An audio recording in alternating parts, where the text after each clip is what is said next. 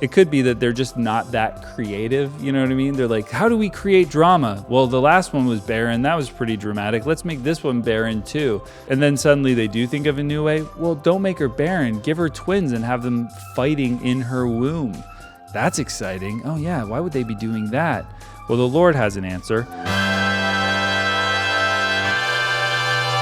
Hi, and welcome to Joel Reads Bible. My name's Joel, and I'm reading the Bible.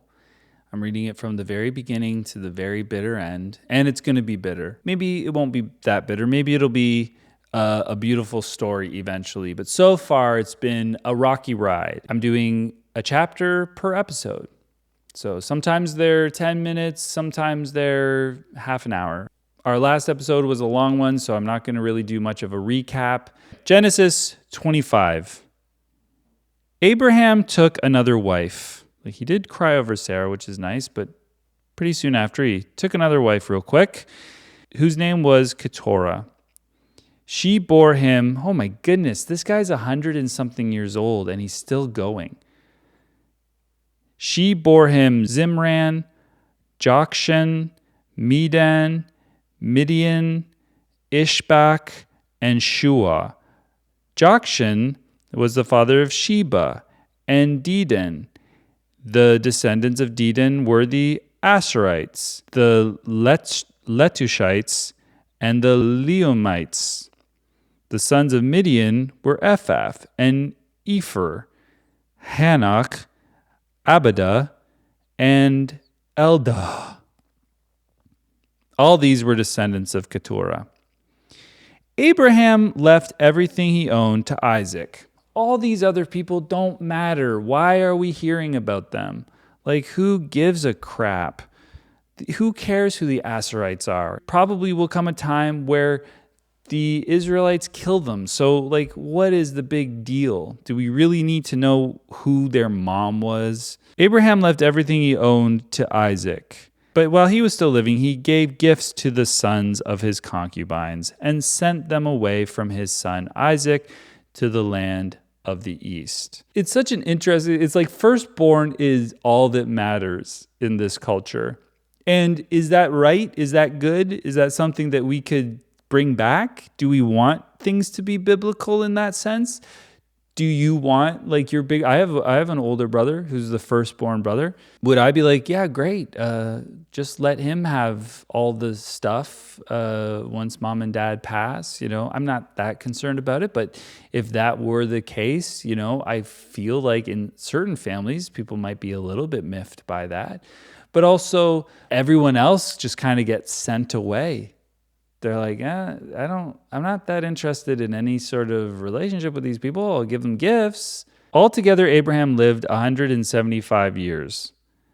Which, okay, so Sarah died when he was like 100, maybe a little over 100. So he had a lot more years to live, and that's why he produced more children. In 75, if it were 75 years or even 70 years or 60 years, he didn't have that many kids, arguably, with this new wife. So then Abraham breathed his last and died at a good old age, an old man and full of years, not as many years as Noah. I mean, they were doing like 900, but he had quite a few years still. It was not bad.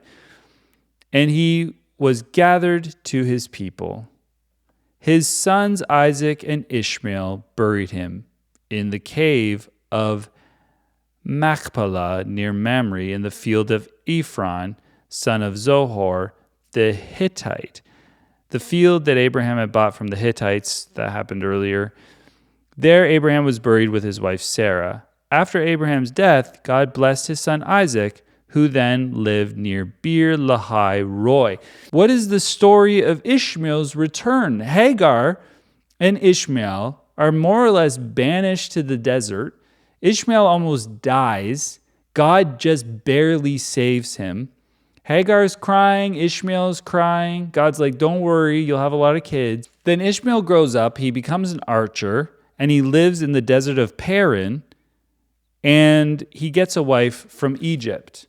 And then somewhere along the line, these people who are just abused and disregarded Ishmael's not even considered a son. Like God just goes, Abraham, you have one son. I don't know if Abraham thinks of Isaac as his only son, but I'm guessing he probably does. After all this, Ishmael is still with them. He came back. Would you come back? Would you return? Would you be like, maybe because dad's rich. Maybe he's like, my dad's filthy rich. Get my Egyptian wife over and let's try to get some of those riches, which he essentially swindled out of Egypt anyway. Now let's see what happens with Ishmael. This is the account of Abraham's son, Ishmael. Now we're calling him his son, okay. Whom Sarah's maidservant, Hagar, the Egyptian, bore to Abraham. I would call this a contradiction. The Bible doesn't have contradictions. Well, you could argue that it is a contradiction that in one passage, Abraham has one son, has an only son, even though we know that he has a firstborn son named Ishmael. And then in another passage, this is about his son. The way I'm seeing it is not a contradiction. I'm seeing it as cruelty, disregarding a human life, a human being, a son, someone who you chose to have, by the way, who your wife Sarah told you to have. Keep in mind, it is God who is saying and repeating that Isaac is Abraham's only son, and that is in chapter 22. God considers Isaac Abraham's only son. So God is the one with the bad behavior. He is disregarding another definite son. Maybe a Christian could argue that, well, the son was born because Abraham made a choice through Sarah, because it was really Sarah's idea, to have a child because they didn't trust that the child could come from Sarah, who was barren her whole entire life. I mean, he did say, you will be the father of great nations, but they took matters into their own hands. So you could argue, well, he didn't trust God enough. So because Abraham didn't trust God enough, his mistake, and Sarah's mistake, God doesn't see Ishmael as a son. God rejects Ishmael. God sees Ishmael as less than because God likes Sarah better. And God prefers Abraham to other people. Behavior doesn't matter. It's just the opinion of God. I like these people, even if they're liars. You know who's going to be punished? Ishmael, Hagar, these people. There's even that curse on Ishmael from ages ago, where God says, he will be a wild donkey of a man. His hand will be against everyone, and everyone's hand against him. He will live in hostility toward all his brothers. God hates Ishmael because Abraham didn't trust God enough. That's God's morality, to punish who is already a victim. Like, he didn't choose this. Ishmael has chosen nothing in all of this. He is an innocent victim. These are the names of the sons of Ishmael listed in order of their birth. Nebaioth, the firstborn of Ishmael, Kedar, Adbeel, Mibsam, Mishma, Duma, Massa, Hadad, Tema, Jetur, Naphish, and Kedemah. These were the sons of Ishmael, and these are the names of the 12 tribal rulers according to their settlements and camps. Altogether, Ishmael lived 137 years. He breathed his last and died, and he was gathered to his people. His descendants settled in the area from Havilah to Shur, near the border of Egypt, as you go towards Assur. Good to know where that is. And they lived in hostility towards all their brothers. This is the account of Abraham's son Isaac.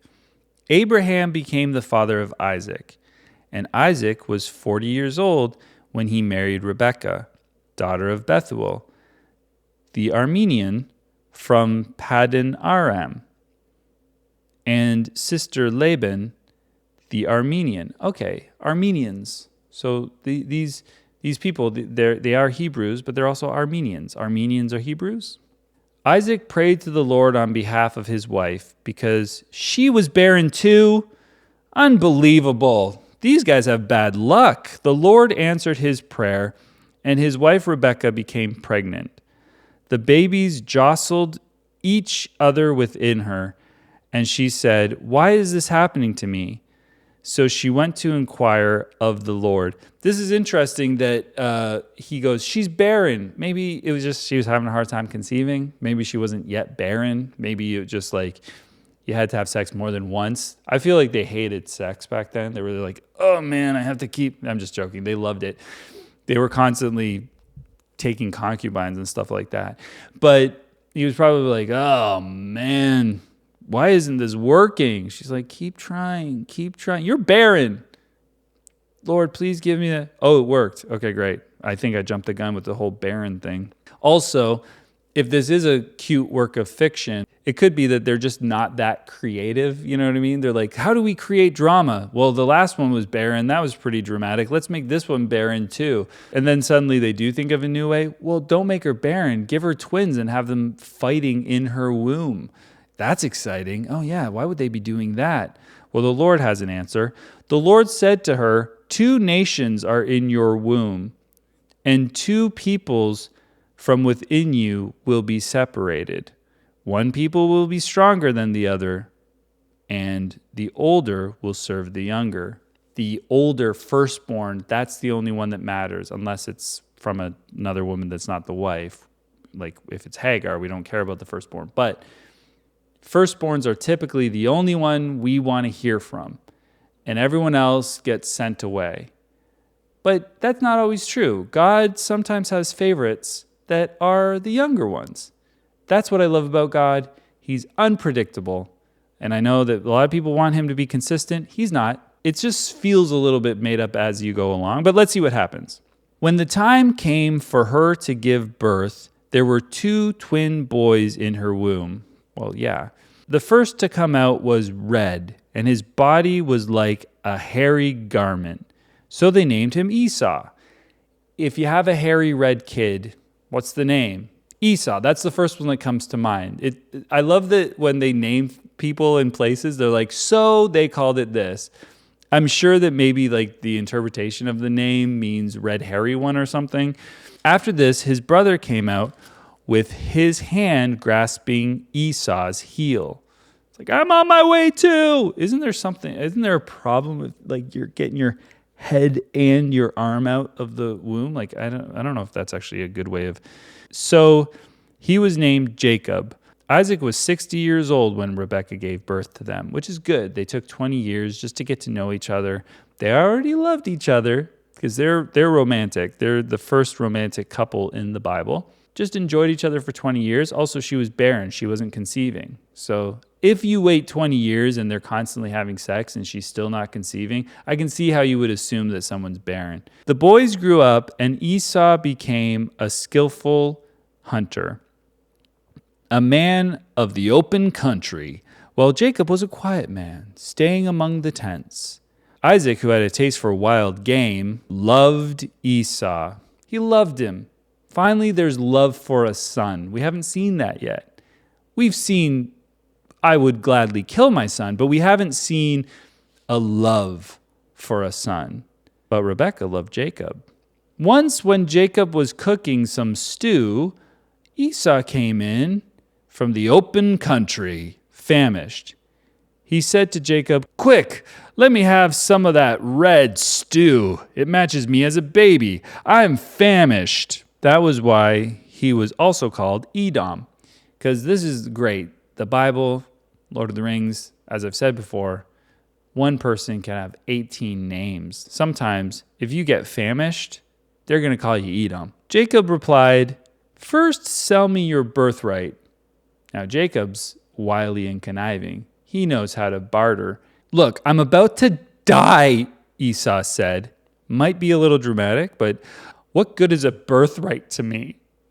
Give me some of that red stew. I'm just like Edoming like crazy over here. It's like, oh, you're using the name Edom as a verb. Classic. It's such an Edom thing to do.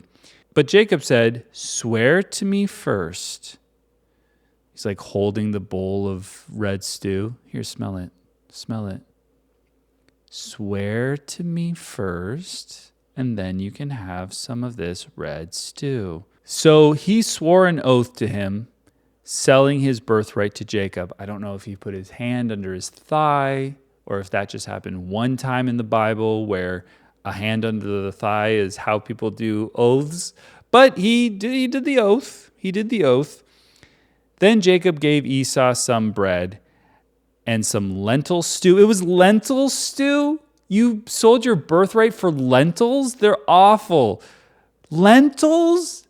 There wasn't even meat in this. Are you out of your mind? You're a man of the country. You're going to sell your birthright for lentils? He ate and drank and then got up and left. So Esau despised his birthright. I'm not sure if he despised it, but, well, the Bible says he did.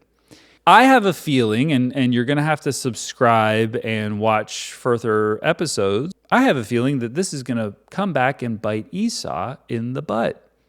I don't think he's going to get out of this one unscathed. I'm worried about the boy. So that's episode 25. It's really exciting because we get to see Jacob and Esau now, another family relationship, which is just going to be fraught with problems. Harkening back to the days of Cain and Abel, your first brother's first murder. We'll see what happens moving forward with Isaac. I don't think his story's over either. Subscribe. Give me some comments about the comments that I made on this chapter. Did I get it right? Did I get it wrong? Thank you all for being with me and having discussions in the comments. And please have a wonderful week and love each other the way Isaac loved Rebekah.